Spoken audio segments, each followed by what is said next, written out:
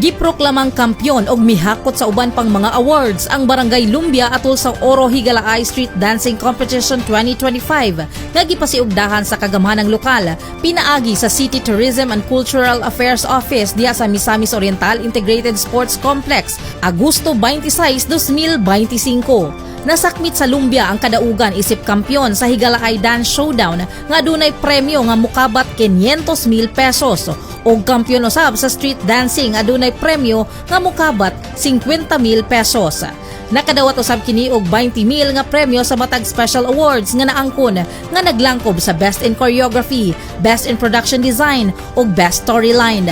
Lakip na dawat sa Lumbia ang mukawat 50,000 nga balor sa produkto gikan sa Pocari Sweat ug special cash prize gikan sa Minute Burger.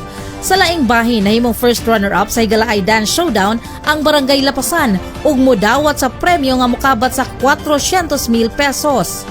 Samtang second runner-up usab ang Barangay Carmen ug maangkon ang premyo nga 300,000 pesos. Alang usab sa street dancing nahimong first runner-up ang Barangay Kauswagan ug modawat sa premyo nga 40,000 pesos. Ug second runner-up ang Barangay Carmen nga adunay pa premyo nga 30,000 pesos. Nasakmit usab sa Barangay Kauswagan ang titulo isip Best in Costume ug naangkon sa Barangay Gusa ang Best in Musicality Award ug midawat og tag 20,000 pesos nga premyo.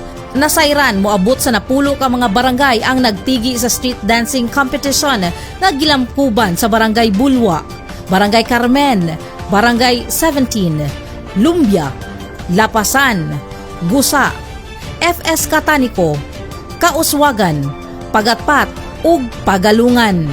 Mapasalamaton si City Mayor Rolando Clarix Uy sa mga punong barangay nga mihatag og dakong suporta alang sa kalampusan sa maong kalihukan. Gihingusgan usab ni Mayor Clarix ang mensahe sa panaghiusa, panaghigalaay ug pagpasalamat kang Senyor San Agustin, ang patron sa Cagayan de Oro, diin ang mga kalihukan sa kapistahan pahinungod alang kaniya. Ang Higalaay Street Dancing Competition, usa sa mga gikahinamang core events matag Higalaay Festival.